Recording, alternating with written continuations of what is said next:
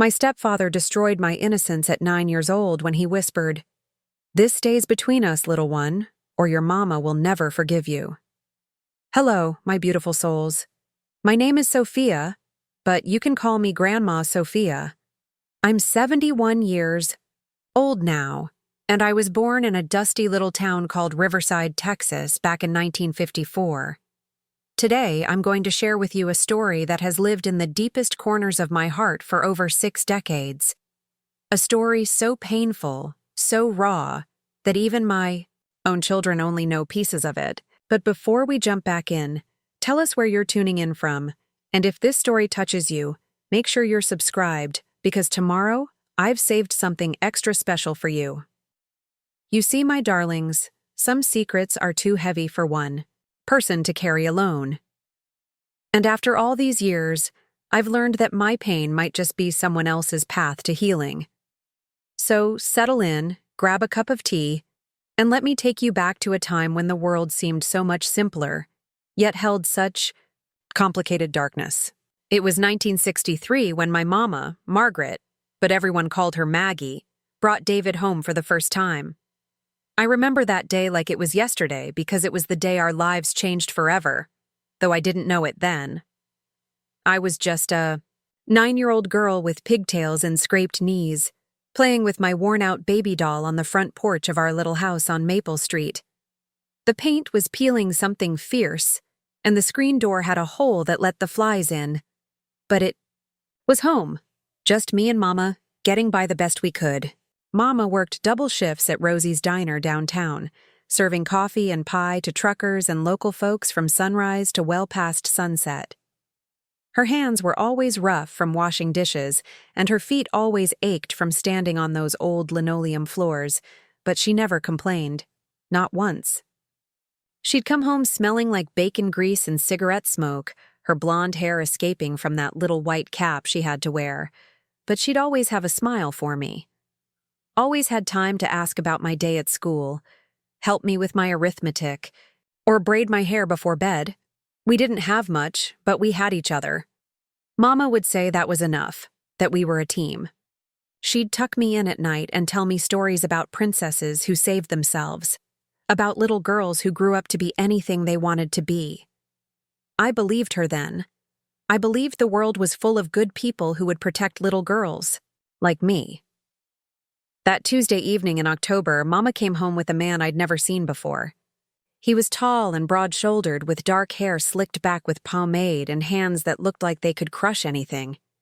His work boots were caked with mud, and his shirt had sweat stains under the arms, but he smiled at me with teeth that seemed too white, too perfect. "Sophia, honey, come here and meet David," Mama called out, her voice higher than usual, excited in a way I hadn't heard in a long time. "He's been coming into the diner for weeks now, and he's been asking about you." I remember thinking that was strange. Why would a grown man be asking about me? But Mama seemed happy, really happy for the first time since Daddy left when I was 6. So I walked over, shy as I always was around strangers, and David crouched down to my level. "Well, hello there, little princess," he said, his voice deep and gravelly like he'd been smoking for years. "Your mama's told me so much about you. Says you're the smartest little girl in all of Riverside." I blushed and hid behind Mama's waitress uniform. She laughed and ruffled my hair. "Don't mind her, David. She's just shy around new people. Give her some time and she'll be chattering your ear off." David reached into his shirt pocket and pulled out a piece of wrapped candy.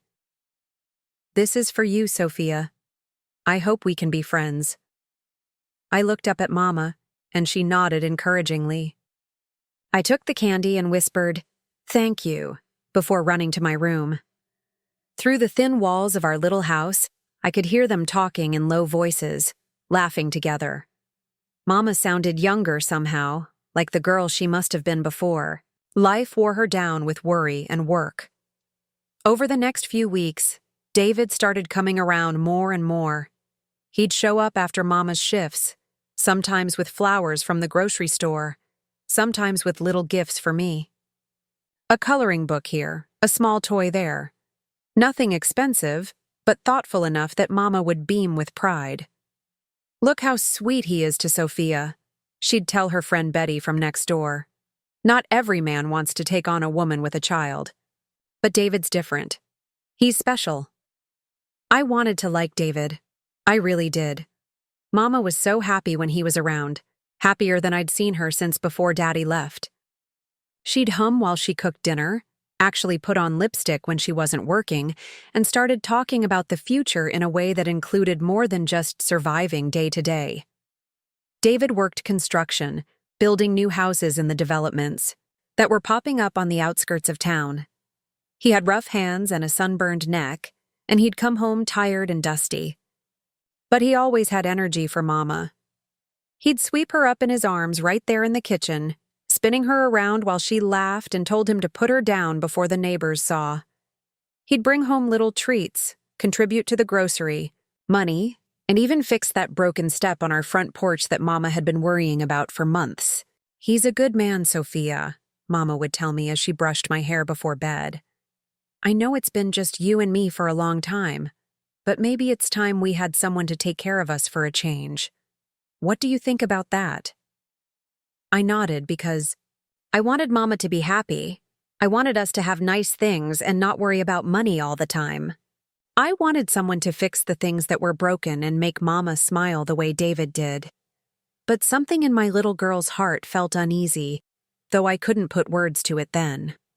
The first time I noticed something wasn't quite right was about 2 months after David started coming around regular. Mama was working a late shift at the diner, pulling a double because Sally had called in sick again. David offered to watch me, said it wasn't right for a little girl to be home alone after dark. Mama was so grateful, kissed him right on the lips in front of me, and said he was an angel sent from heaven. I was in my nightgown, getting ready for bed when David knocked on my bedroom door. "Sofia, sweetheart, you need any help getting ready?" "No, sir, I can do it myself," I called back, buttoning up my flannel nightgown that Mama had sewn from fabric remnants.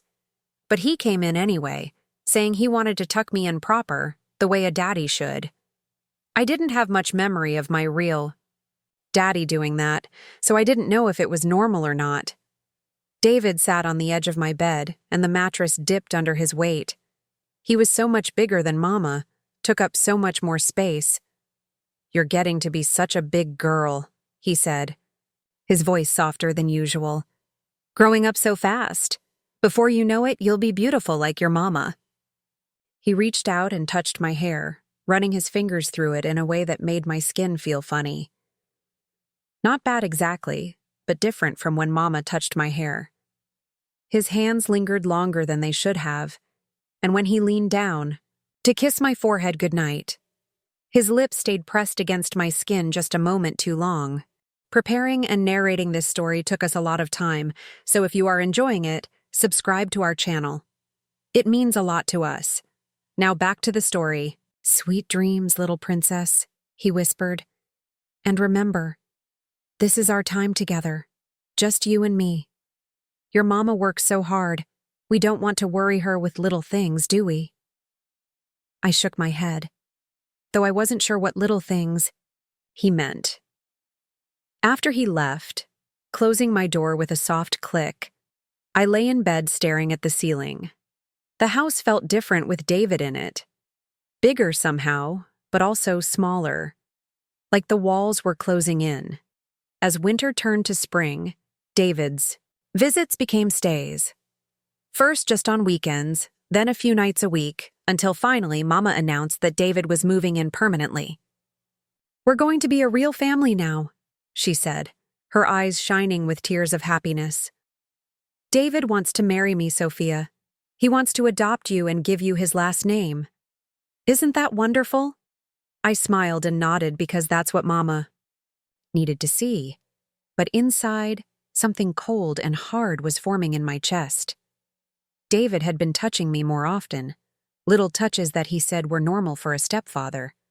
A hand on my shoulder that slid down my back, hugs that lasted too long and pressed too close, comments about how I was developing, how I was becoming a young lady. "You're going to be even prettier than your Mama," he'd say when she wasn't listening. But this is our special secret, isn't it? Men and their special girls have secrets. I didn't understand what he meant by special girl, but the way he said it made my stomach twist up in knots. I started having trouble sleeping, would lie awake listening to David and Mama talking and laughing in the next room. Sometimes I'd hear other sounds that made me pull my pillow over my head and try to think about other things. By the time David officially moved in and married Mama in a simple ceremony at the courthouse, I had learned to make myself invisible. I'd go to my room right after dinner, claim I had homework even when I didn't, find excuses to stay after school, or go to my friend Jessica's house. Jessica lived 3 streets over with her grandmother, and their house always smelled like fresh bread and felt safe in a way mine no longer did.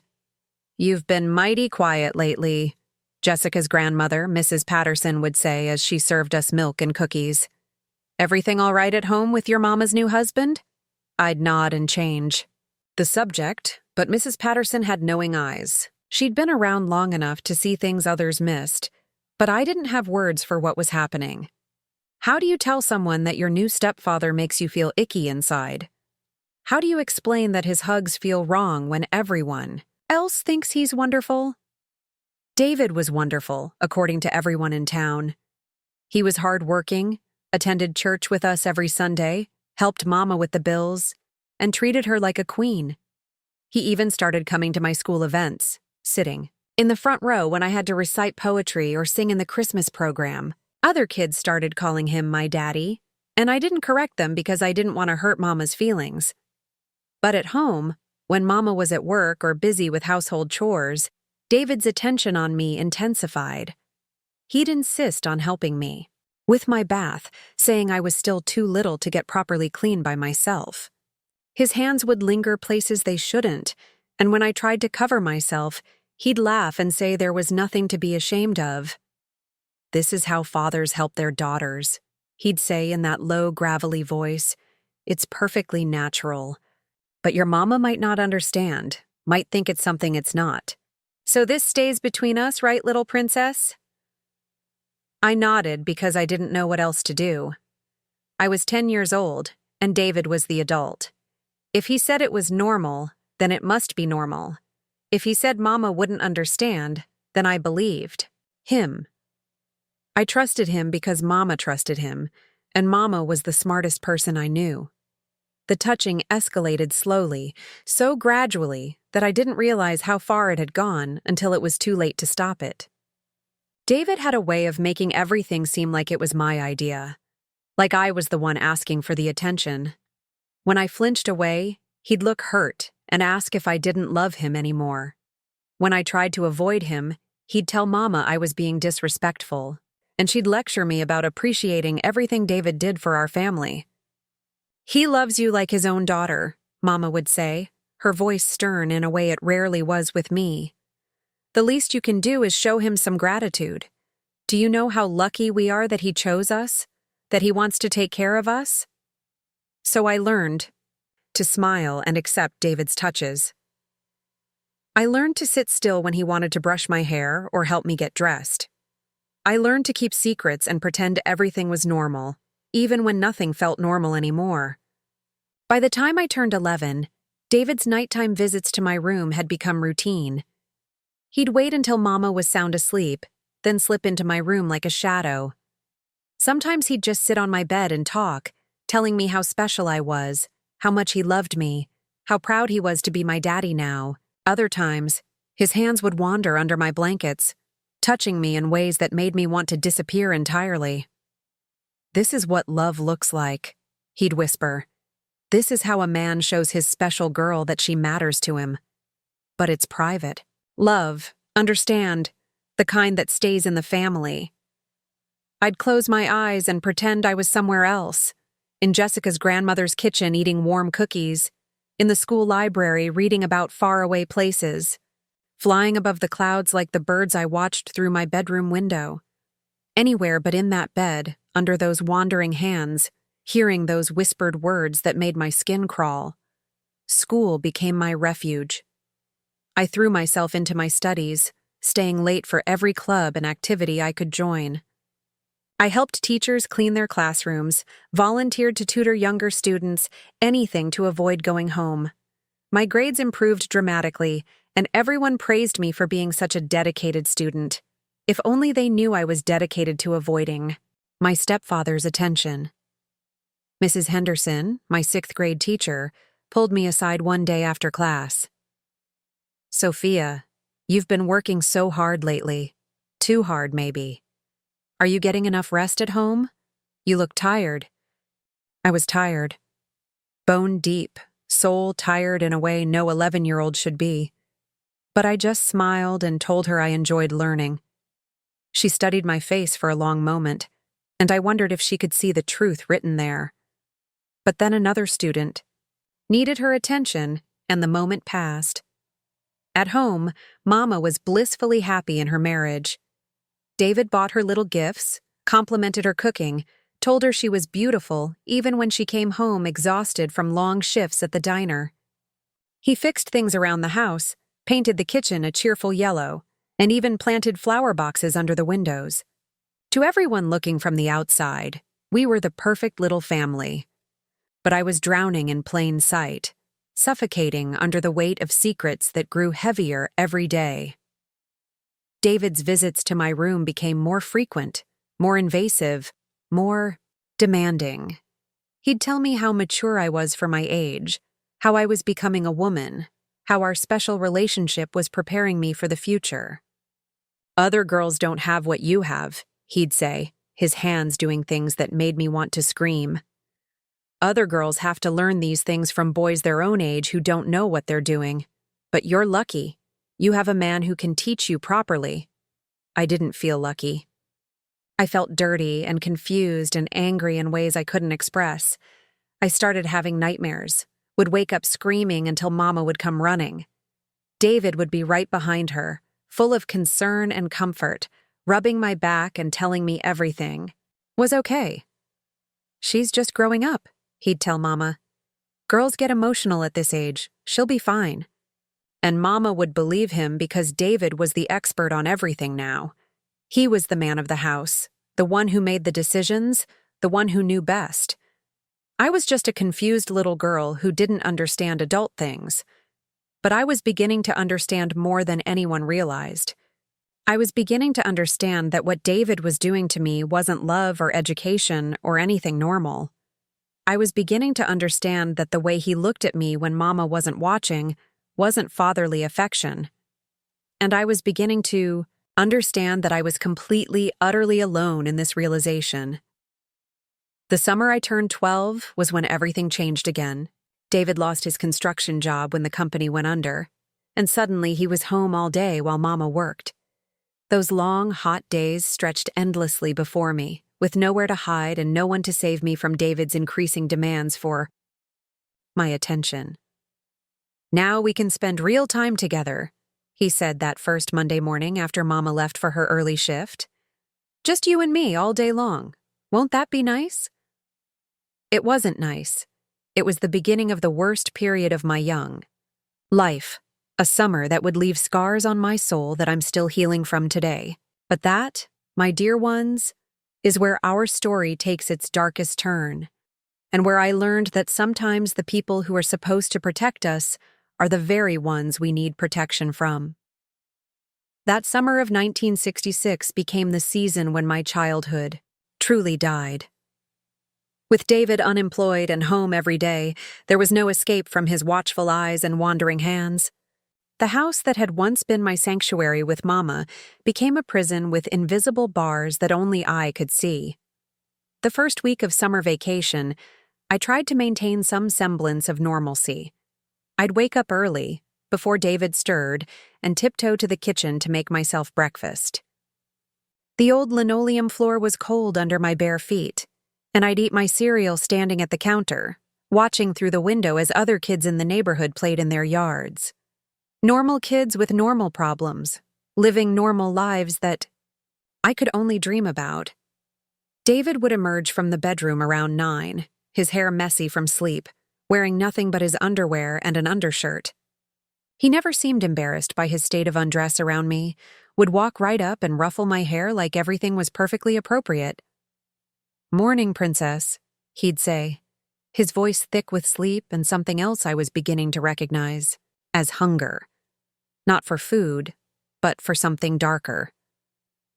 "What should we do together today?" I'd mumble something about wanting to go to Jessica's house or the library, anything to get away from him. But David always had other plans. He'd suggest we work in the garden together, or clean out the garage, or organize my room. Tasks that required us to be in close proximity, that gave him opportunities to brush against me, to guide my hands with his, to whisper in my ear about what a good helper I was. The garden became his favorite place to corner me.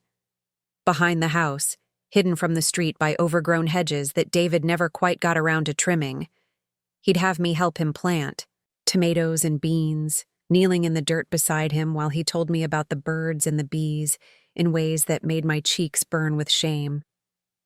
"A girl your age needs to understand how her body works," he'd say, his dirty hands demonstrating on my developing chest in ways that made me want to disappear into the earth. "Most fathers are too embarrassed to teach their daughters properly.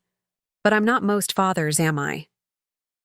I'd shake my head and try to focus on the tomato seedlings, their green leaves bright against the dark soil. I'd pretend I was one of those plants, rooted deep and unable to run, but at least clean and pure and reaching toward the sun. But David's hands would pull me back to reality, back to the shameful education he insisted I needed. The worst part was how he made it seem like I was the one asking for these lessons.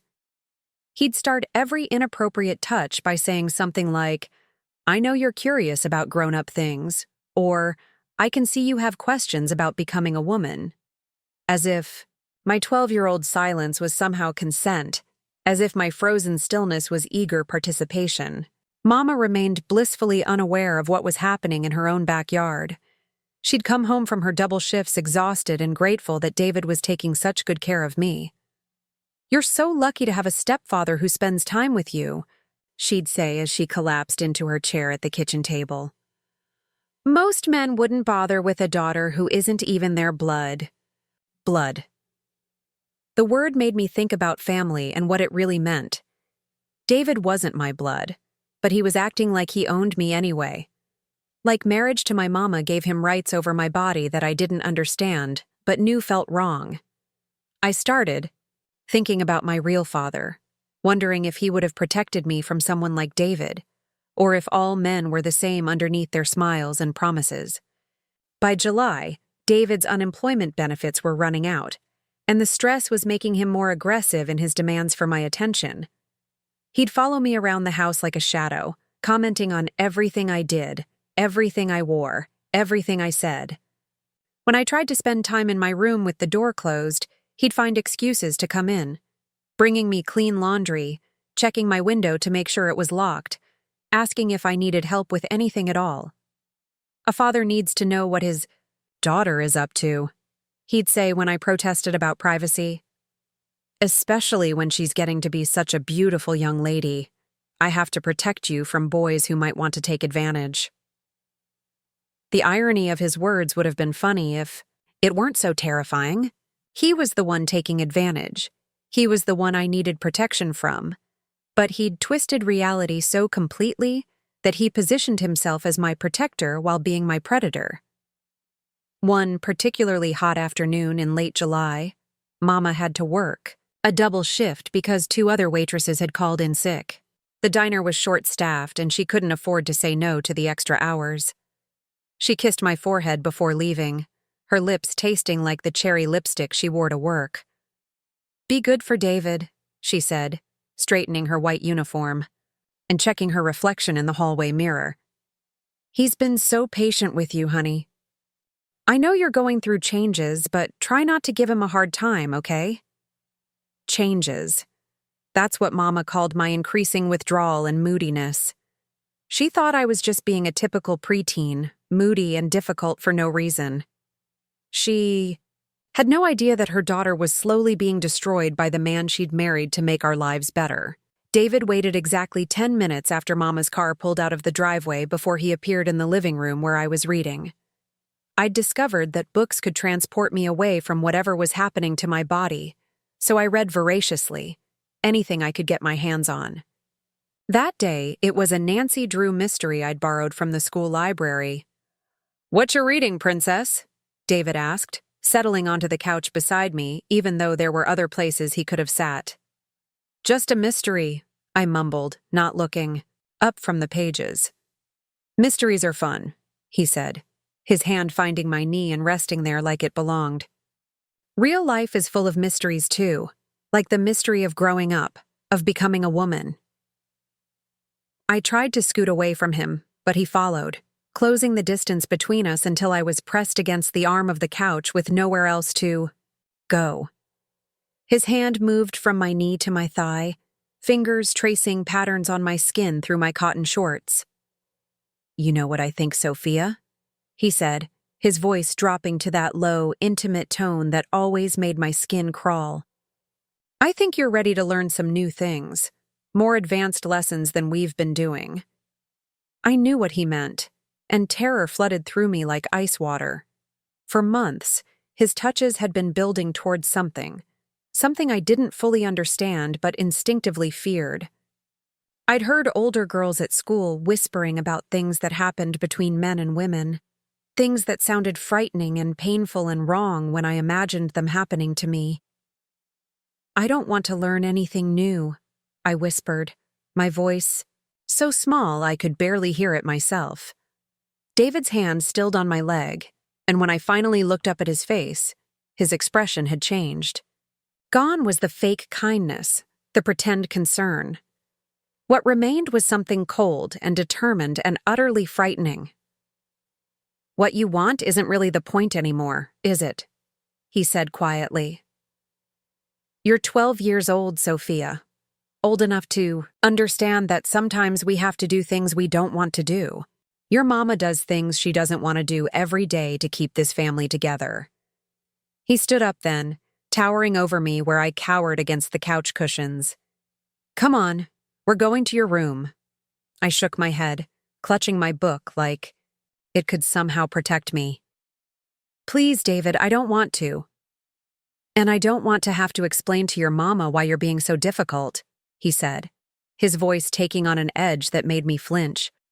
"Do you want me to tell her that you've been disrespectful? That you don't appreciate everything I do for this family?" The threat hung in the air between us. Mama's happiness depended on me being grateful to David, on me accepting him as my father. If I made trouble, if I complained, I would be the one destroying our family. I would be the one hurting Mama, not him.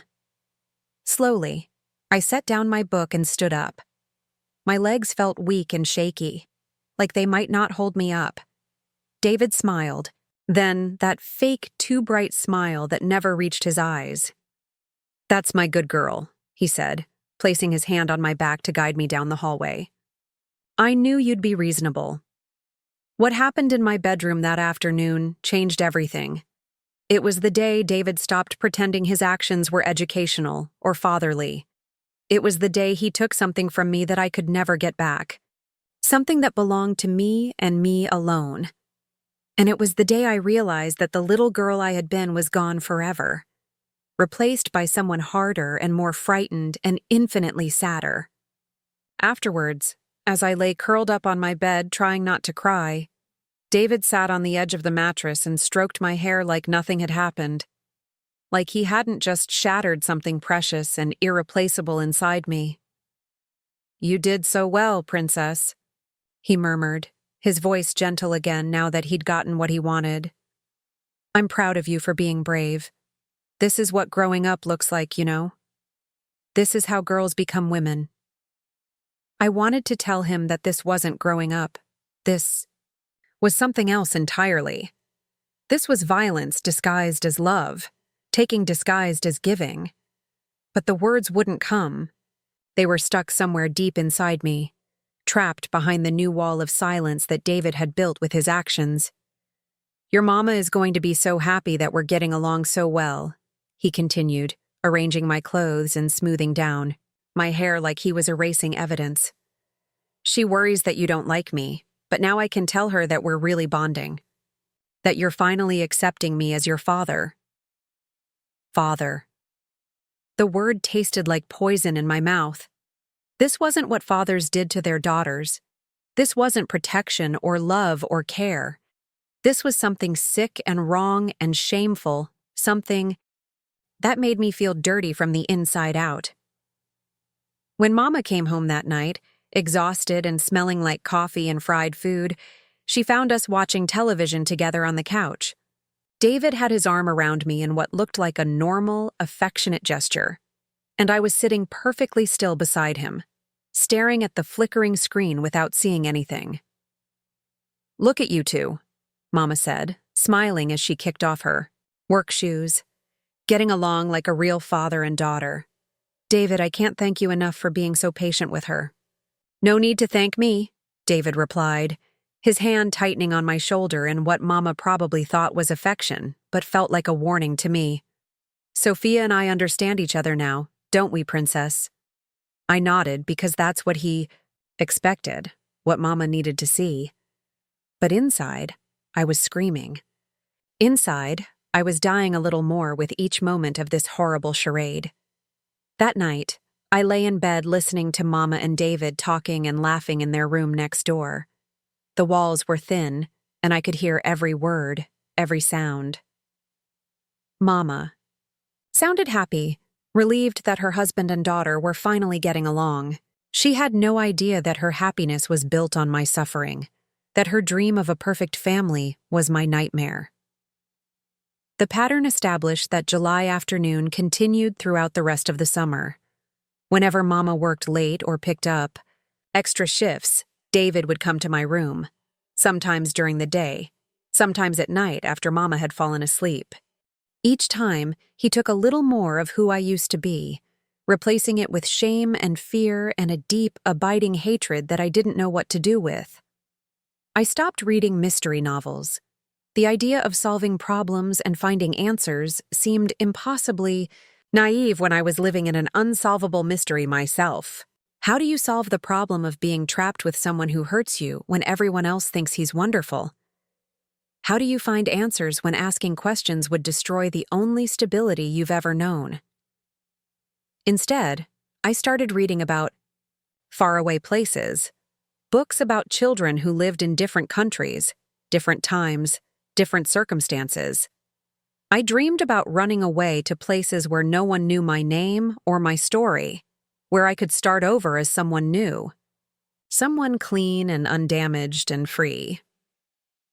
Jessica noticed the change in me, of course.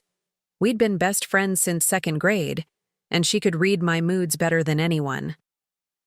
One afternoon in late August, we were sitting under the big oak tree, in her grandmother's backyard, sharing a bottle of Coca-Cola and watching the clouds drift by. "You've been different this summer," she said suddenly, her brown eyes serious and concerned. "Quiet, sad, even when you're smiling. Is everything okay at home?" I almost told her then. The words were right there, crowding against my teeth, desperate to escape. But then I thought about what would happen if I did tell. Jessica would want to help, might tell her grandmother or a teacher or someone in authority. They'd ask questions, call my mama, maybe even call the police. The perfect life Mama had built with David would crumble, and it would be my fault. "I'm fine," I said instead, taking a long sip of the sweet, fizzy soda. "Just tired, I guess. Growing up is hard." Jessica studied my face for a long moment, and I could see she didn't believe me. But she was 12 too, and she didn't have the words or the knowledge to push harder. So she let it go, and we spent the rest of the afternoon talking about school starting soon and which teachers we hoped to get. As September approached and the prospect of returning to school loomed, I felt a mixture of relief and terror. Relief because school would give me somewhere to go during the day, somewhere David couldn't follow. Terror because I didn't know how to pretend to be normal anymore, how to smile and laugh and act like nothing had changed when everything had changed. The night before school started, Mama came into my room to help me pick out clothes for the first day. She sat on my bed, the same bed where David had stolen my innocence, and chatted about new teachers and new opportunities. "7th grade," she said, shaking her head in amazement. "I can't believe how fast you're growing up. Seems like just yesterday you were my little baby, following me around the house and asking a million questions." I used to ask questions. I used to be curious about everything, eager to learn and explore and understand the world around me. Now I felt ancient and tired, like I'd aged years in just a few months. Questions felt dangerous now, because some answers were too terrible to bear. "David's been so good for you this summer," Mama continued, folding a blouse and setting it aside for tomorrow. "I was worried about how you'd adjust to having a man in the house, but you've really blossomed. Under his attention, he tells me you two have become very close." Close. Another word that tasted like poison. We weren't close. We were trapped together in a web of secrets and shame that David had spun around us both. But Mama saw what she wanted to see. Believed. What she needed to believe to maintain her happiness. "I love you, baby girl," she said, leaning over to kiss my forehead. "I know this hasn't always been easy, adjusting to our new family. But I think we're really going to be happy now, all three of us together." After she left, I lay in the darkness and tried to remember what happiness felt like. I tried to remember the little girl who used to believe in fairy tales and happy endings, who trusted that adults would protect her and keep her safe. That little girl felt like a stranger now, someone I'd known a long time ago but could barely recall. David didn't come to my room that night.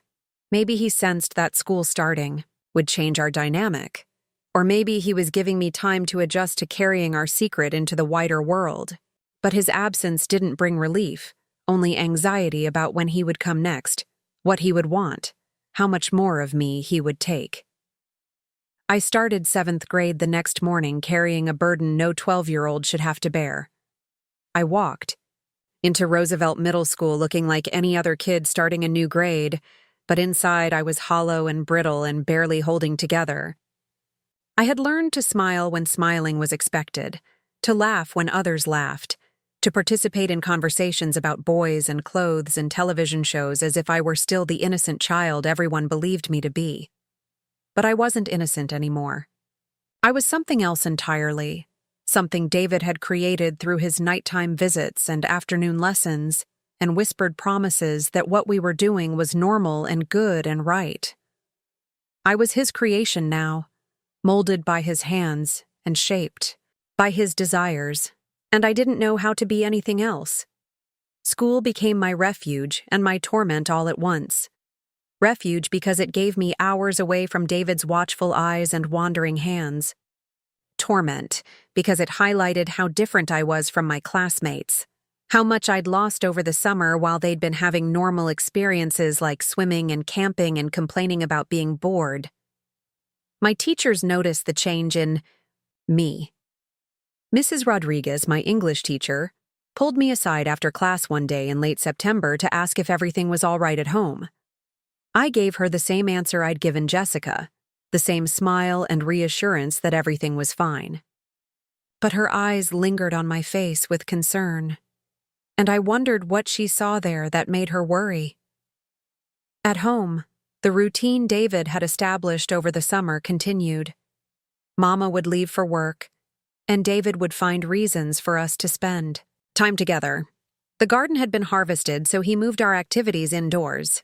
Organizing closets, cleaning out storage spaces, any task that would put us in a small enclosed space where his hands could wander and his voice could whisper things that made my skin crawl.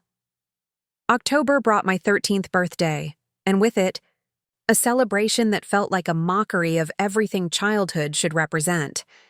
Mama baked a cake and invited a few of my classmates over for a small party. David bought me a necklace, a delicate gold chain with a heart pendant that he fastened around my neck himself, while the other girls watched and commented on how sweet he was. "Every girl should have jewelry from her father," he said, his fingers lingering on my neck as he adjusted the chain. Something special to remind her how much she's loved. I wore that necklace because taking it off would have meant explaining why to Mama, and I couldn't do that without revealing everything else. But it felt like a collar, a mark of ownership that burned against my skin. Every time I caught sight of it in the mirror, I was reminded of who I belonged to now, whose hands had claimed me and whose voice whispered secrets in my ear. The other girls at my party seemed so young and carefree, giggling about boys at school and planning sleepovers, and talking about their dreams for the future. I listened and nodded and pretended to care about the same things, but their concerns felt impossibly distant. How could I care about which boy was cute when I was trapped in a nightmare with a man who called himself my father? That night, after the guests had gone home and Mama had finished cleaning up, David came to my room with a special birthday gift. "Just for me," he said, "something between father and daughter that didn't need to be shared with anyone else." I knew what kind of gift it would be, what kind of celebration he had in mind, and I felt something inside me break a little more. 13 years old, and I was already learning that birthdays could be weapons, that gifts could be chains, that love could be indistinguishable from violence when it came from the wrong person. This wasn't how growing up was supposed to happen, wasn't how a girl was supposed to learn about her body and her worth, and her place in the world. But David's version of education continued, night after night, touch after touch, violation after violation. And I learned to split myself in two. The girl who smiled and attended school and pretended everything was normal, and the girl who endured what happened in the darkness and carried the weight of secrets that grew heavier with each passing day. Winter arrived early that year, and with it came a cold that seemed to settle into my bones and never leave. I stopped eating much, stopped sleeping well, stopped believing that anything would ever be different. David had won, completely and utterly. He had successfully isolated me in plain sight, convinced everyone around us that he was a loving stepfather, while systematically destroying the child he claimed to cherish. And the worst part was that I was beginning to believe it was my fault. That somehow I had asked for this. That maybe other girls had stepfathers who did these same things and they just didn't complain about it. Maybe I was weak for feeling like it was wrong, naive for thinking fathers and daughters should have different kinds of relationships. David certainly seemed to think so.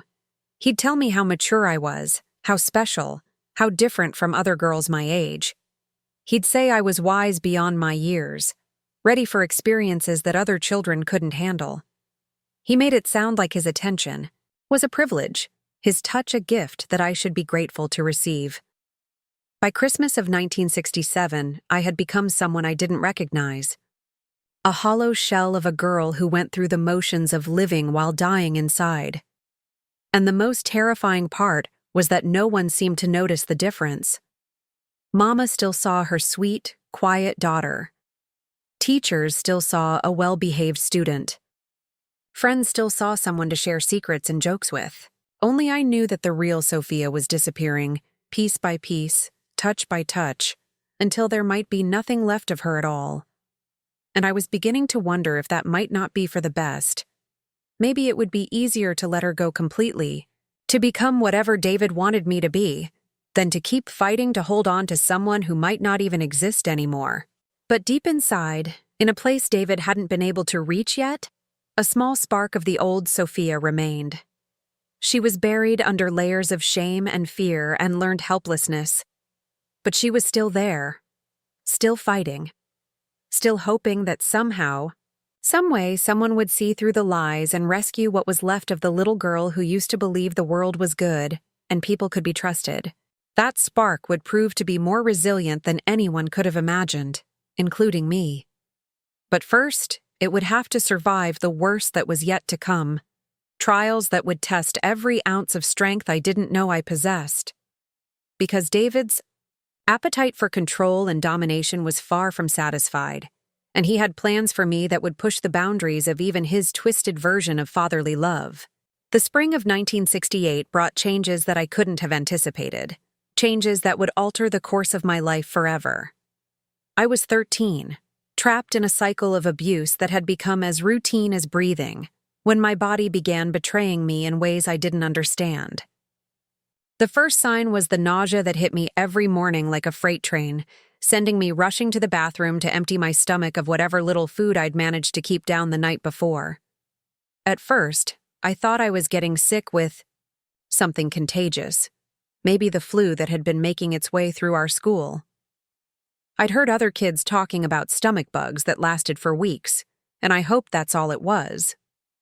But as days turned into weeks and the morning sickness persisted, accompanied by a bone-deep fatigue that no amount of sleep could cure, I began to suspect something more sinister was happening to my body. The realization crept up on me slowly, like dawn breaking over a landscape I didn't want to see. I'd overheard enough whispered conversations between older girls at school to understand the basics of what happened when women got pregnant, though my understanding was fragmented and incomplete. But when I missed my monthly cycle for the second time, when my breasts became tender and swollen, when the smell of Mama's morning coffee made me gag uncontrollably, I could no longer deny what my body was telling me. I was pregnant. At 13 years old, carrying the child of the man who called himself my father, I was facing a reality so horrific that my mind could barely process it. For days, I walked around in a state of numb shock, going through the motions of attending school and doing homework while inside, my world was crumbling into dust. The worst part wasn't even the physical reality of what was happening to my body. The worst part was knowing that David was responsible, that his nighttime visits and afternoon lessons had led to this ultimate violation. He had planted something inside me, something that would grow and change my body in ways that would be impossible to hide. Soon, everyone would know what had been happening to me, and the secret that had protected Mama's happiness would be exposed in the most devastating way possible. I tried to hide the symptoms at first, forcing myself to eat breakfast even when it made me sick, covering my exhaustion with extra makeup I borrowed from Mama's cosmetics case, wearing looser clothes to disguise the subtle changes in my body. But hiding a pregnancy is like trying to hold back the tide with your bare hands. Eventually, the truth will overflow every barrier you build. David noticed the changes before I was ready for him to. One evening in late April, as Mama worked, another double shift at the diner, he cornered me in the kitchen while I was trying to force down a glass of milk. The smell of it made my stomach churn, and I must have made a face because David's eyes sharpened with interest. "You feeling all right, princess?" he asked, moving closer to where I stood gripping the counter for support. "You've been looking a little green around the gills lately." I mumbled something about maybe catching a bug from school, but David wasn't buying it. He'd been watching me too closely, paying too much attention to my body and its changes. His hand found my chin, tilting my face up so he could study my features with the intensity of a predator who'd caught the scent of wounded prey. "When was your last monthly?" he asked quietly, and the question hit me like a slap. The fact that he was tracking my cycles, that he knew enough about my body to ask that question, made me feel even more violated than I already did. I tried to pull away from his grip, but his fingers tightened on my jaw. "Answer me, Sophia. When?" "I don't remember," I whispered, though we both knew I was lying. I remembered exactly when it should have come, had been counting the days with increasing panic as each one passed without the relief I desperately needed. David's face changed then, cycling through expressions I couldn't read. Surprise, calculation, something that might have been excitement mixed with fear. He released my chin and stepped back, running his hands through his hair in a gesture I'd learned to associate with his planning something. "Well," he said finally, his voice carefully neutral, "if you are what I think you might be, we're going to need to handle this very carefully, very quietly." The way he said "we" made my blood run cold. There was no "we" in this situation, no partnership or shared responsibility. There was only me, a 13-year-old girl carrying the evidence of his crimes in my belly, and him, the man who would do whatever it took to protect himself from the consequences of his actions. Over the next few days, David's behavior toward me shifted in subtle but unmistakable ways.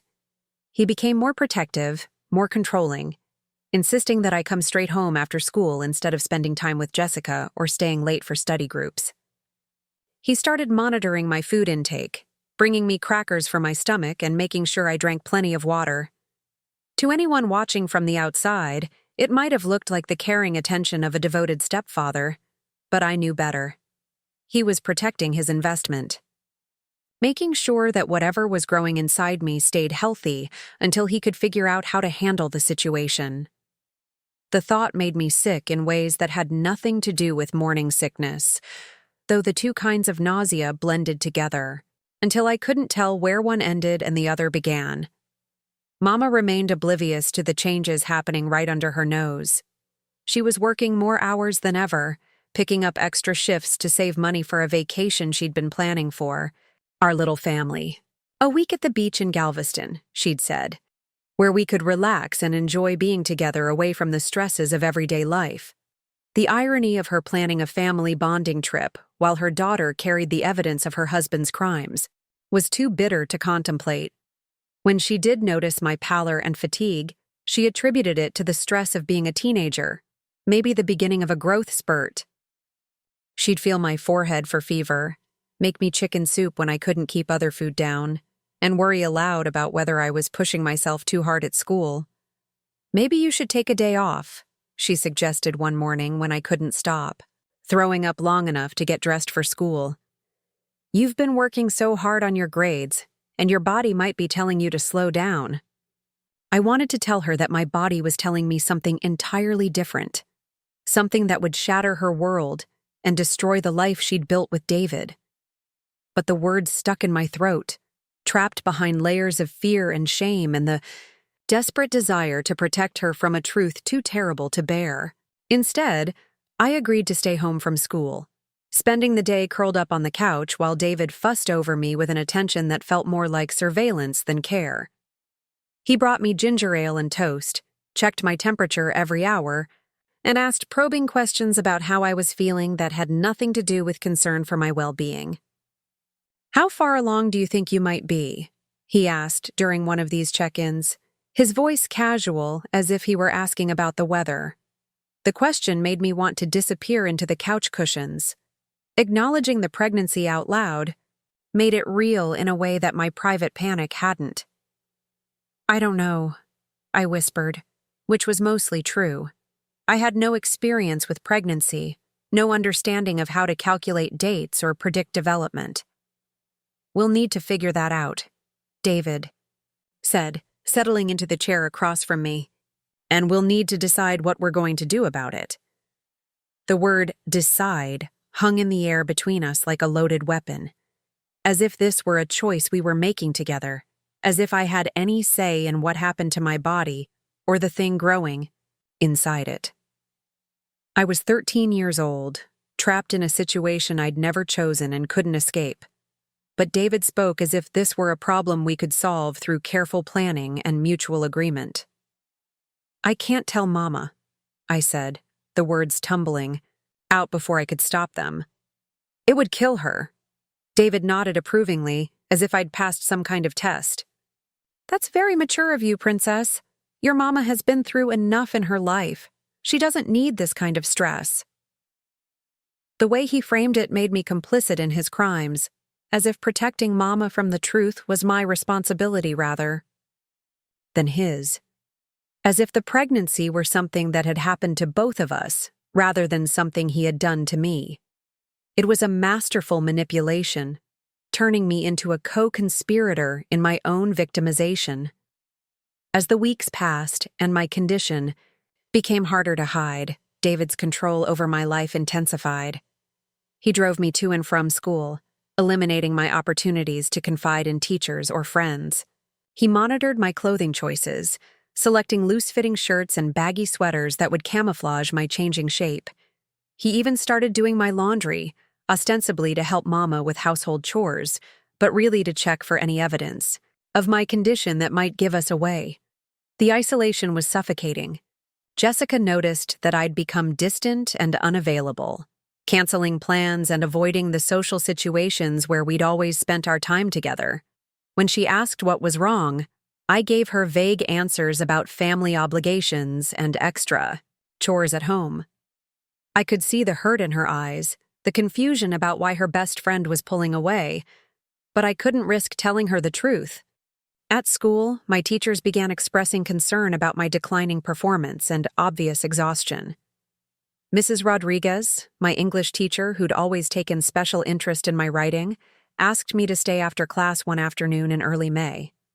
"Sophia, I'm worried about you," she said, perching on the edge of her desk while I sat slumped in my chair. "Your grades have been slipping and you seem distracted in class. Is everything all right at home?" The concern in her voice almost broke me. Here was an adult who genuinely cared about my well-being, who might be able to help if I could find the courage to tell her what was happening. For a moment, I imagined confessing everything. The abuse, the pregnancy, the terrible secret that was eating me alive from the inside out. But then I thought about Mama, working double shifts to save money for our family vacation. I thought about the life she'd built with David, the happiness she'd found after years of struggling alone. I thought about what would happen to our family. If the truth came out, how it would destroy everything she'd worked for. "I'm fine," I lied, forcing a smile that felt like it might crack my face. "Just tired from staying up late studying." Mrs. Rodriguez studied my face for a long moment, and I could see she didn't believe me. But without more information, without any concrete reason to push harder, she eventually let me go with a reminder that her door was always open if I needed to talk. Walking home from school that day, I felt the weight of missed opportunities, pressing down on me like a physical force. How many chances would I get to reach out for help before it was too late? How many adults would offer their support before I ran out of people who cared enough to ask? But every time the opportunity presented itself, I chose silence. Chose to protect Mama's happiness over my own well-being. Chose to maintain the fiction of our perfect family rather than expose the rot at its core.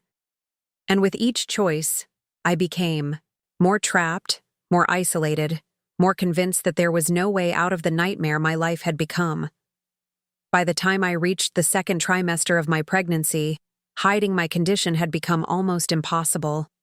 My school uniforms no longer fit properly, and even the loosest clothes couldn't completely disguise the changes in my body. David had to get creative with our deception, suggesting to Mama that I'd been eating too much junk food and needed to go on a diet to control my weight gain. "Growing girls sometimes get a little chunky," he told her one evening as they discussed my appearance. "It's perfectly normal at her age. A little discipline with her eating habits will sort it right out." Mama agreed, implementing meal restrictions that made my pregnancy symptoms even worse. She started packing smaller lunches for me, cutting back on dinner portions, and expressing concern about my lack of self-control around food. The irony was devastating. My mother was unknowingly starving her pregnant daughter based on the advice of the man who'd gotten me pregnant in the first place.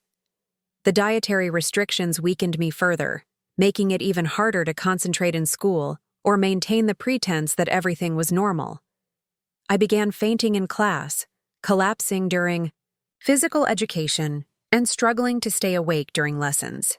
Each incident brought more attention from teachers and school nurses, more questions that I couldn't answer honestly. The school nurse, Mrs. Campbell, became particularly persistent in her concerns about my health. She called me to her office, regularly, checking my blood pressure and temperature, asking detailed questions about my symptoms and home life. I could see the suspicion growing in her eyes, the professional knowledge that told her something serious was wrong with one of her students. "Sophia, honey," she said during one of these visits, her voice gentle but firm. "I've been a nurse for 20 years. And I've seen a lot of young girls who were struggling with problems they felt they couldn't talk about. You know you can trust me, don't you?" I nodded, tears threatening to spill over as her kindness nearly broke through my defenses. I know, Mrs. Campbell. I'm okay, really. Are you? She asked, leaning forward in her chair. Because your symptoms are concerning me. The fatigue, the nausea, the weight changes. These could be signs of something that needs medical attention. The conversation was getting too close to dangerous territory. I could see Mrs. Campbell connecting dots that would lead to questions I couldn't answer, investigations that would expose everything. Panic rose in my chest, making it hard to breathe. I should get back to class, I said, standing up so quickly that black spots danced across my vision. I don't want to be late. Mrs. Campbell let me go, but I could feel her watching me as I left her office. I knew she would be keeping closer tabs on me now, looking for more evidence to support her suspicions. The net was closing around our secret, and I didn't know how much longer we could keep the truth from coming out. That evening, I told David about my conversation with the school nurse. I could see the alarm in his eyes, the calculation as he processed this new threat to his carefully constructed deception. We need to be more careful, he said, pacing back and forth across my bedroom floor. Maybe it's time to consider other options. The way he said other options made my blood run cold. I was almost 5 months pregnant now, well past the point where simple solutions existed. Whatever David was considering, I knew it wouldn't involve my well-being or my choices about my own body. What kind of options? I asked, though I wasn't sure I wanted to hear the answer. David stopped pacing and looked at me with an expression I couldn't read. There are places we could send you, he said slowly. Homes for unwed mothers where girls like you can go to have their babies quietly. Away from family and friends who might ask questions. The suggestion hit me like a physical blow. He was talking about sending me away, removing me from everything familiar and safe, isolating me completely during the most frightening time of my life, all to protect his reputation and maintain his hold over our family. I don't want to go away, I whispered, wrapping my arms around my growing belly in an instinctively protective gesture. What you want isn't really the issue here, David replied, his voice taking on that cold edge I'd learned to fear. This is about what's best for the family, what's best for your mama. Always, it came back to mama. Every manipulation, every threat, every violation was justified by the need to protect her happiness. David had weaponized my love for my mother, using it as a chain to bind me to his will more effectively than any physical restraint. But something was changing inside me, something that had been growing alongside the baby in my womb. A fierce protectiveness that I'd never felt before. A mama bear instinct that was awakening as my body prepared to bring new life into the world. This wasn't just about me anymore. It was about the innocent child I was carrying, the baby who deserved better than to be born into a web of lies and abuse. For the first time since this nightmare began, I started thinking about fighting back, not just enduring or surviving, but actively resisting David's control over my life and my body. The baby inside me deserved a mother who was strong enough to protect them, brave enough to seek help, willing to sacrifice her own comfort for their well-being. It was a frightening realization. This newfound strength that came from loving someone, else more than I feared for myself. But it was also liberating in a way I hadn't expected. For months, I'd been David's victim, powerless and isolated and convinced that I had no choices. But now, carrying his child, I was discovering that I had more power than I'd realized. The question was whether I would find the courage to use it before it was too late. Because David's patience was wearing thin, and his plans for handling our situation were becoming more desperate and dangerous with each passing day. Soon, I would have to choose between protecting Mama's illusions and protecting my child's future.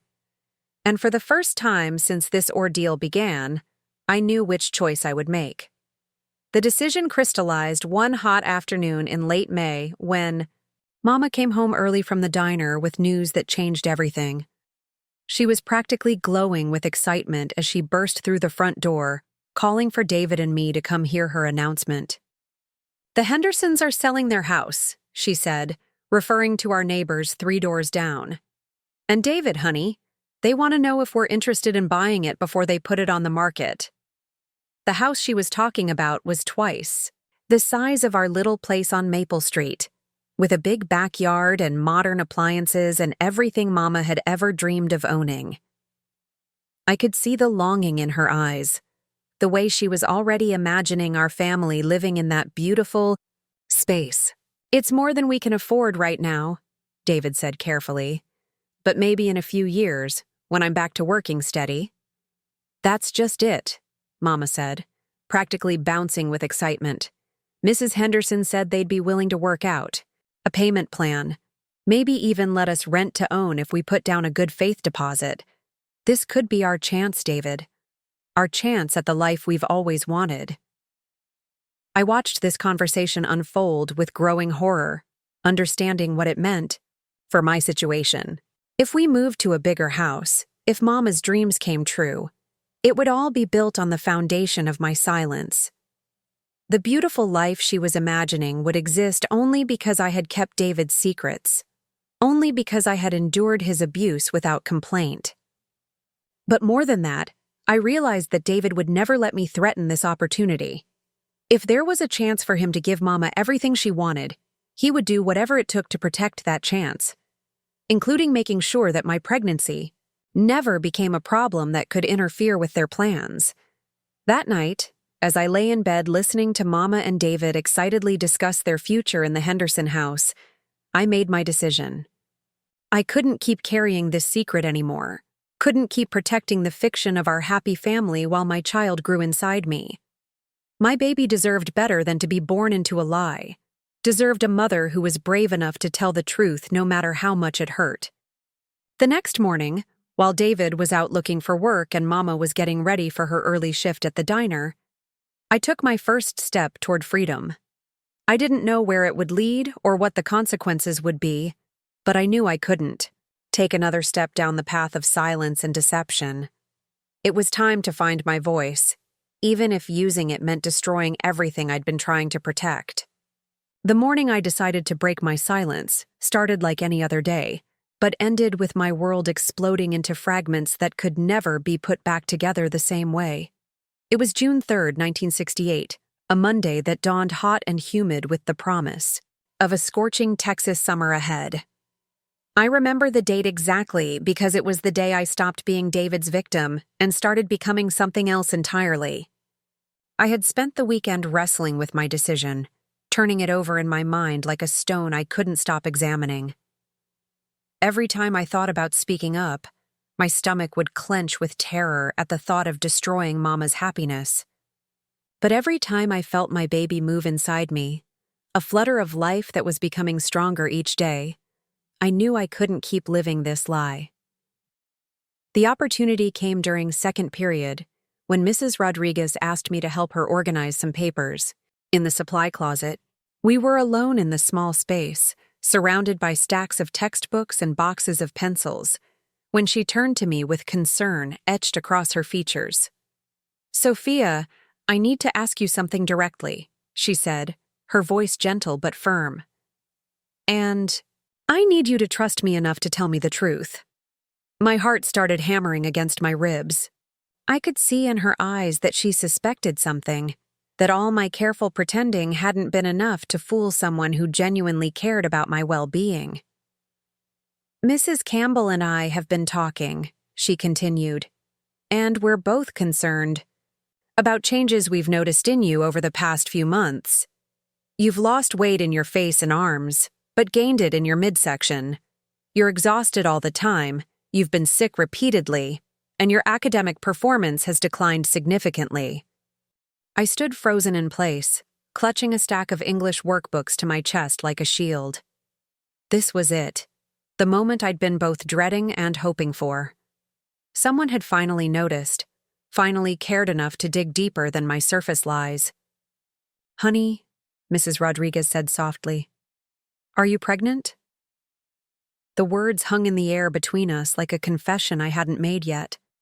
For a moment, I considered denying it, spinning another lie to protect the secret that had become my prison. Looking into her kind, concerned eyes, I found I couldn't form the words. Instead, I simply nodded, tears spilling down my cheeks as months of suppressed emotion finally found their release. Mrs. Rodriguez immediately pulled me into her arms, holding me while I sobbed against her shoulder. "Oh, sweetheart," she whispered. "How far along are you?" "About 5 months," I managed to choke out between sobs. Saying it out loud to another person made it real in a way that all my private agonizing hadn't. 5 months, she repeated, and I could hear the shock in her voice. "Sophia, that means you got pregnant when you were barely 13. Who is the father?" This was the question I'd been dreading, the one that would crack open the carefully constructed facade of our family life. I pulled back from her embrace, wiping my eyes with the back of my hand, trying to find the courage to speak words I'd never said aloud. "It's David," I whispered, so quietly I wasn't sure she'd heard me. "David?" she asked, confusion clouding her features. "Who is David?" "My stepfather," I said, and watched her face transform as the implications hit her. The color drained from her cheeks, and her hand flew to her mouth in horror. "Your stepfather did this to you?" she asked, her voice tight with controlled anger. "How long has this been going on?" "Since I was 9, I admitted, and the words felt like stones falling from my mouth. "When he first moved in with us, it started small and just kept getting worse." Mrs. Rodriguez closed her eyes for a moment, taking deep breaths as if she were trying to control her own emotional response. When she opened them again, they were filled with a fierce determination that I'd never seen before.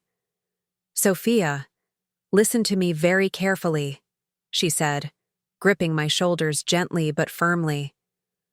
"What your stepfather has been doing to you is not your fault. It's not normal, it's not love, and it's not something you have to endure anymore.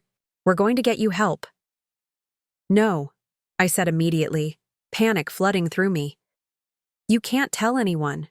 It would destroy my mama. She loves him so much, and she's so happy. If she finds out, it'll kill her." "Honey," Mrs. Rodriguez said, her voice infinitely patient, "your mother's happiness cannot come at the cost of your safety and well-being. What's happening to you is called sexual abuse, and it's a serious crime. We have to report this."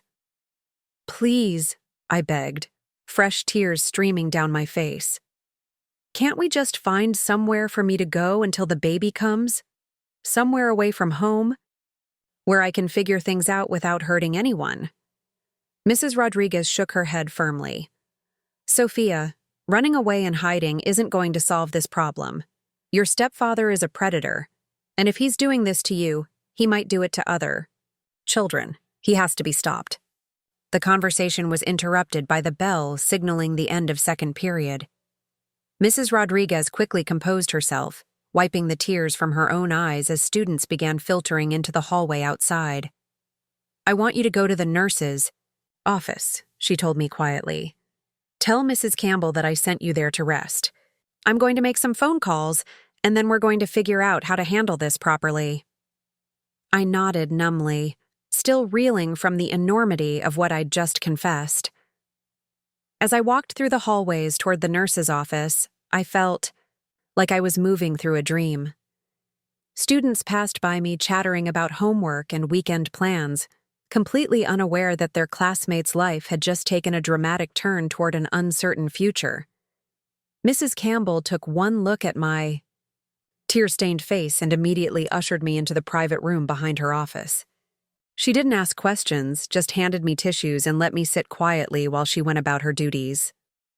But I could feel her watching me, could sense that Mrs. Rodriguez had already spoken to her about our conversation.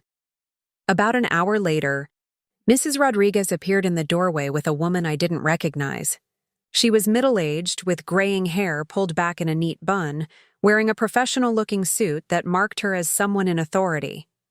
"Sophia," Mrs. Rodriguez said gently, "this is Mrs. Patterson from Child Protective Services. She's here to help us figure out the best way to keep you safe." The next few hours passed in a blur of questions and forms and phone calls that I only heard fragments of. Mrs. Patterson was kind but thorough, asking me to repeat my story multiple times, taking notes in a legal pad that seemed to grow thicker with each revelation. She asked about specific incidents, about whether David had ever hurt me physically beyond the sexual abuse, about whether I felt safe going home that day. "We need to contact your mother," Mrs. Patterson explained as our interview wound down. "She has a right to know what's been happening to her daughter, and we need to assess whether she can provide a safe environment for you moving forward." "She doesn't know," I said quickly. "She really doesn't know. David only comes to my room when she's asleep or at work. She thinks he's wonderful." "That may be true," Mrs. Patterson acknowledged, "but she's going to find out today. The question is whether we tell her in a controlled environment where she can get the support she needs, or whether we let her discover it some other way." They decided to have Mama come to the school, rather than sending me home or going to our house where David might be present. Mrs. Rodriguez called the diner and spoke to Mama's manager, explaining that there was a family emergency that required her immediate attention. She didn't give details over the phone, but her tone must have conveyed the seriousness of the situation, because Mama arrived at the school within 30 minutes, still wearing her waitress uniform and looking terrified. "What's wrong?" she asked the moment she walked into the conference room where we'd all gathered. "Is Sofia hurt? Has there been an accident?" Looking at my mother's worried face, seeing the genuine love and concern she had for me, made what we were about to tell her even more heartbreaking. I knew that in the next few minutes her world would shatter just like mine had been shattering piece by piece for years. Mrs. Patterson took the lead, gently guiding Mama to a chair and explaining that they needed to discuss some serious concerns about my welfare at home. I watched my mother's face carefully as the social worker began to outline the situation, saw confusion give way to shock, then to horror, then to something that looked like she might be physically sick. "That's impossible," Mama said when Mrs. Patterson finished her explanation. "David would never. He loves Sofia like his own daughter. You must be mistaken." "Mrs. Williams," Mrs. Patterson said gently, "your daughter is 5 months pregnant. The medical examination we conducted this afternoon confirms it. She's told us that your husband is the father." The sound that came from my mother's throat was barely human, a keening wail of anguish that seemed to come from the deepest part of her soul. She doubled over in her chair as if she'd been punched in the stomach, and for a moment I thought, she might actually collapse. "Mama," I said, reaching out to touch her arm, but she flinched away from me as if my touch burned her. "How long?" she asked, her voice barely above a whisper. "How long has this been going on?" "Since I was 9, I repeated, the words easier to say now that I'd broken the seal of silence. "Since right after you married him." Mama's face went through a series of expressions that I'll never forget. Shock, denial, anger, and finally, a kind of broken acceptance that was almost worse than her initial reaction. She began to cry then, great heaving sobs that shook her entire body. "I didn't know," she kept repeating. "I swear to God I didn't know. If I had known, I would have killed him myself." "We believe you," Mrs. Patterson said, offering Mama tissues from the box on the table. "Many mothers in your situation don't recognize the signs, especially when the perpetrator is skilled at hiding his behavior." "But I should have known," Mama said, anger creeping into her voice now. "I should have seen something, noticed something. What kind of mother doesn't protect her own child?" Watching my mother blame herself for David's crimes was almost unbearable. I'd spent so much energy protecting her from this truth, and now that she knew, she was taking responsibility for things that were never her fault. "Mama, you couldn't have known," I said firmly. "He was careful. He made sure you never saw anything suspicious. And he told me that if I said anything, it would destroy our family." "He was right about that," Mama said bitterly. "Our family is destroyed. Everything I thought I knew about our life was a lie. The immediate concern, Mrs. Patterson explained, was my safety and that of my unborn child. David couldn't be allowed to remain in the house with me, and we needed to decide on the best course of action for both the short and long term. "Where is he now?" Mrs. Patterson asked Mama. "At home, I think," Mama replied, wiping her eyes with a soggy tissue. "He was looking through the want ads when I left for work this morning." Mrs. Patterson nodded and made a note in her file. "We'll need to coordinate with local law enforcement to ensure he's arrested safely and that Sofia has somewhere secure to stay while we sort this out." "He can't come back to our house," Mama said with sudden, fierce determination.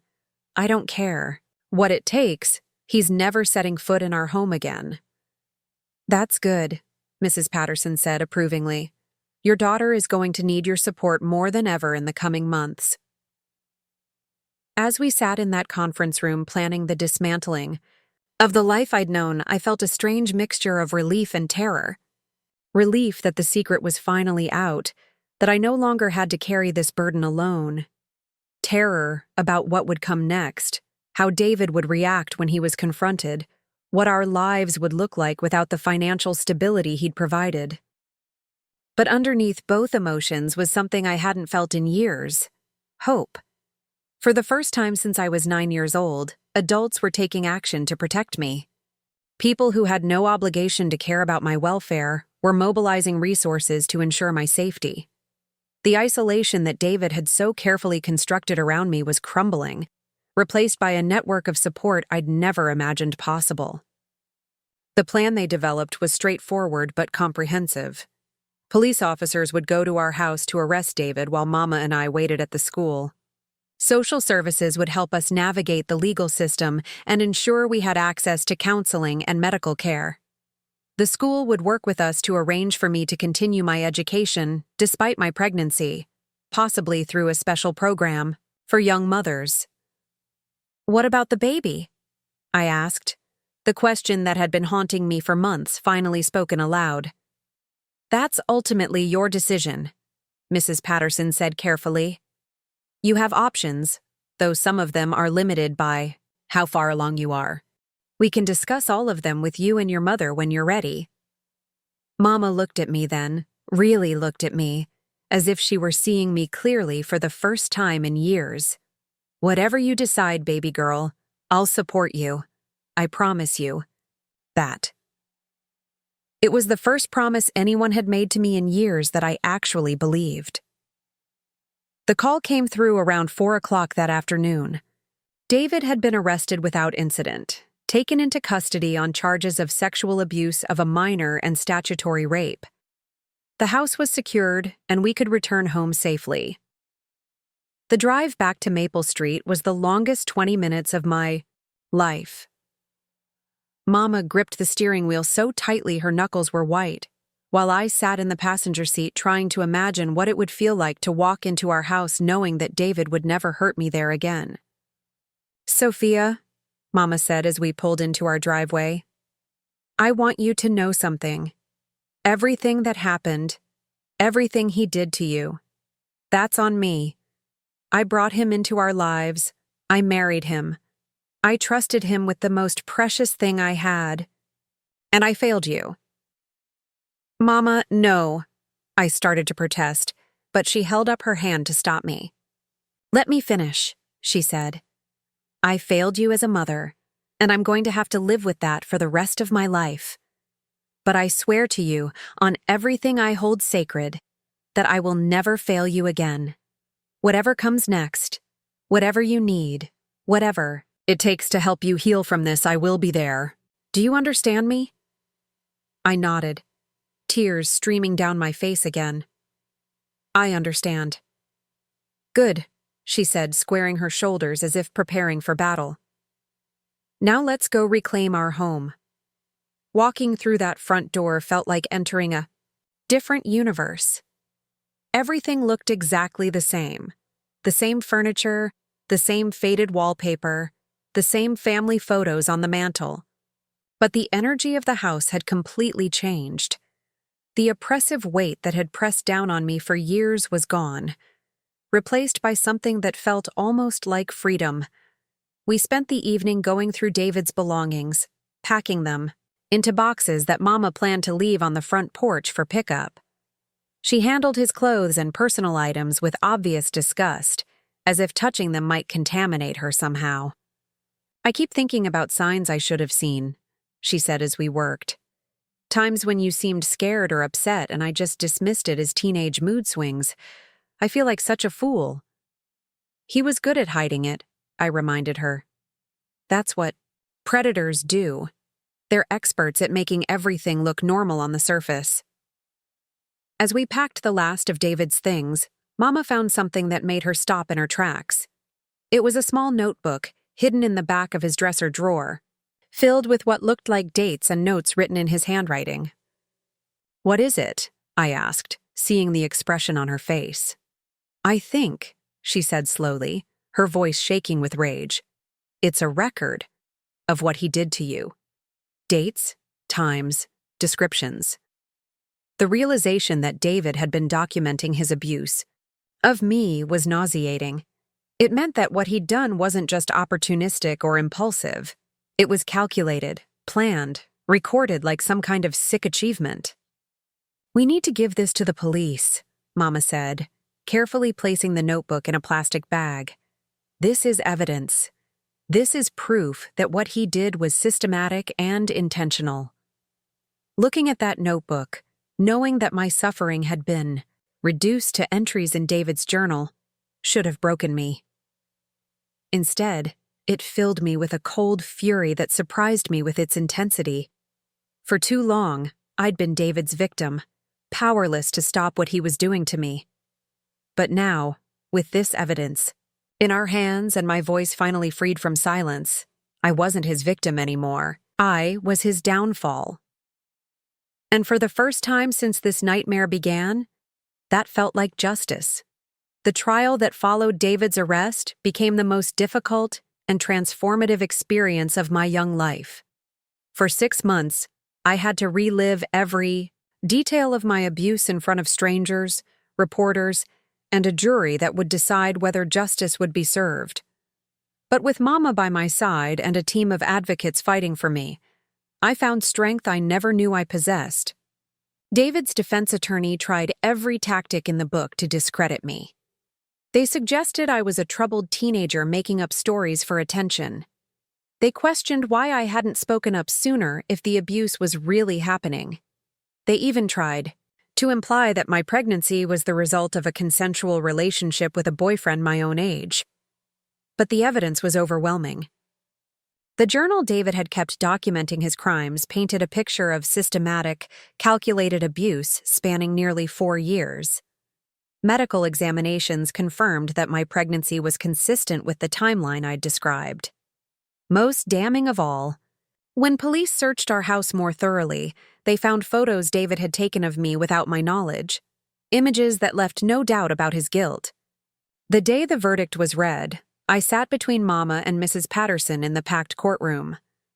David refused to look at me throughout the entire trial, but when the judge pronounced him guilty on all counts, I saw his shoulders slump in defeat. The sentence was 25 years to life, ensuring that he would never have the opportunity to hurt another child the way he'd hurt me. "It's over," Mama whispered, tears streaming down her face as we watched David being led away in handcuffs. "It's finally over." But in many ways, our healing was just beginning. The pregnancy had progressed smoothly despite the emotional trauma, and as my due date approached in late October, I had to make the most difficult decision of my life. I'd been offered several options: keeping the baby, placing her for adoption, or raising her with Mama's help while I finished school. The decision came to me one quiet evening as I sat in the nursery Mama had prepared in our spare bedroom. She'd painted the walls a soft yellow and filled the room with hand-sewn blankets and toys from her friends at the diner. As I felt my daughter moving inside me, strong and determined, I knew what I had to do. "I want to keep her," I told Mama that night over dinner. "I know it won't be easy, but she's innocent in all this. She deserves a chance at love at a real family. Mama's eyes filled with tears, but she smiled through them. Then we'll make it work, baby girl. All three of us together. Emma Rose was born on October 28, 1968, weighing 6 pounds and 3 ounces of pure perfection. The moment they placed her in my arms, any remaining pieces of my broken heart seemed to heal. Looking into her tiny face, I didn't see David's features or reminders of my trauma. I saw hope, possibility, and a future worth fighting for. Raising a baby at 14 while finishing high school was exhausting, but Mama became my fierce ally in every challenge we faced. She cut back her hours at the diner to help with childcare, taught me everything about feeding and bathing and soothing a crying infant. Together, we created a home filled with love and laughter, the kind of family I'd always dreamed of having. The therapy sessions continued throughout Emma's first year, helping me process not just the abuse I'd endured, but the complex emotions of motherhood at such a young age. Dr. Sarah, my counselor, helped me understand that healing isn't linear, that there would be good days and difficult ones, but that each step forward was progress worth celebrating. "You've shown remarkable resilience," she told me during one of our sessions when Emma was about 6 months old. "Many survivors of trauma struggle with trust and intimacy for years, but you've managed to bond with your daughter in a healthy way and maintain your relationship with your mother. That takes incredible strength." School remained a challenge, but Roosevelt Middle School worked with us to create a plan that allowed me to graduate on time. I attended regular classes in the morning and took independent study courses in the afternoon, while Mama watched Emma. My classmates were surprisingly supportive, rallying around me with offers to babysit and help with homework. Jessica, my loyal friend who'd sensed something was wrong long before I found the courage to speak up, became Emma's honorary aunt. She'd come over after school to play with the baby while I studied, treating my daughter like the precious gift she was, rather than the scandal some adults in town considered her to be. "She's going to be brilliant," Jessica would say, holding Emma up to see her chubby face break into a toothless grin. "Look at those eyes. She's already figuring out the world around her." As Emma grew from infant to toddler, I threw myself into planning our future. I was determined to break the cycle of poverty and dependence that had made our family vulnerable to David's manipulation. I studied harder than ever, earning straight A's and researching college programs that would allow me to support my daughter while building a career. My guidance counselor, Mrs. Henderson, became an unexpected ally in this goal. She helped me apply for scholarships specifically designed for young mothers returning to education, connected me with programs that provided childcare assistance, and even wrote recommendation letters that emphasized my maturity and determination. "You've overcome more in 4 years than most people face in a lifetime," she wrote in one of those letters. "Your resilience, compassion, and commitment to your education despite extraordinary circumstances make you exactly the kind of student our program is designed to support." When Emma turned 2, I received acceptance letters from 3 different colleges offering full scholarships. The day I graduated high school as valedictorian of my class, with Emma clapping from the audience and Mama crying tears of pride, felt like the ultimate victory over everything David had tried to take from me. "Ladies and gentlemen," I said, during my valedictorian speech, looking out at the assembled crowd that included my daughter and the woman who'd saved us both. "We all face moments in our lives when we must choose between staying silent or finding our voice, between accepting what seems inevitable or fighting for what we deserve. 3 years ago, I learned that sometimes the bravest thing you can do is ask for help. Today, I want to encourage any young person who might be struggling in silence to remember that your voice matters, your safety matters, and there are people who will fight for you if you give them the chance." College at the University of Texas was a new adventure for all 3 of us. Mama decided to move to Austin with Emma and me, finding work at a restaurant near campus while I pursued my degree in social work.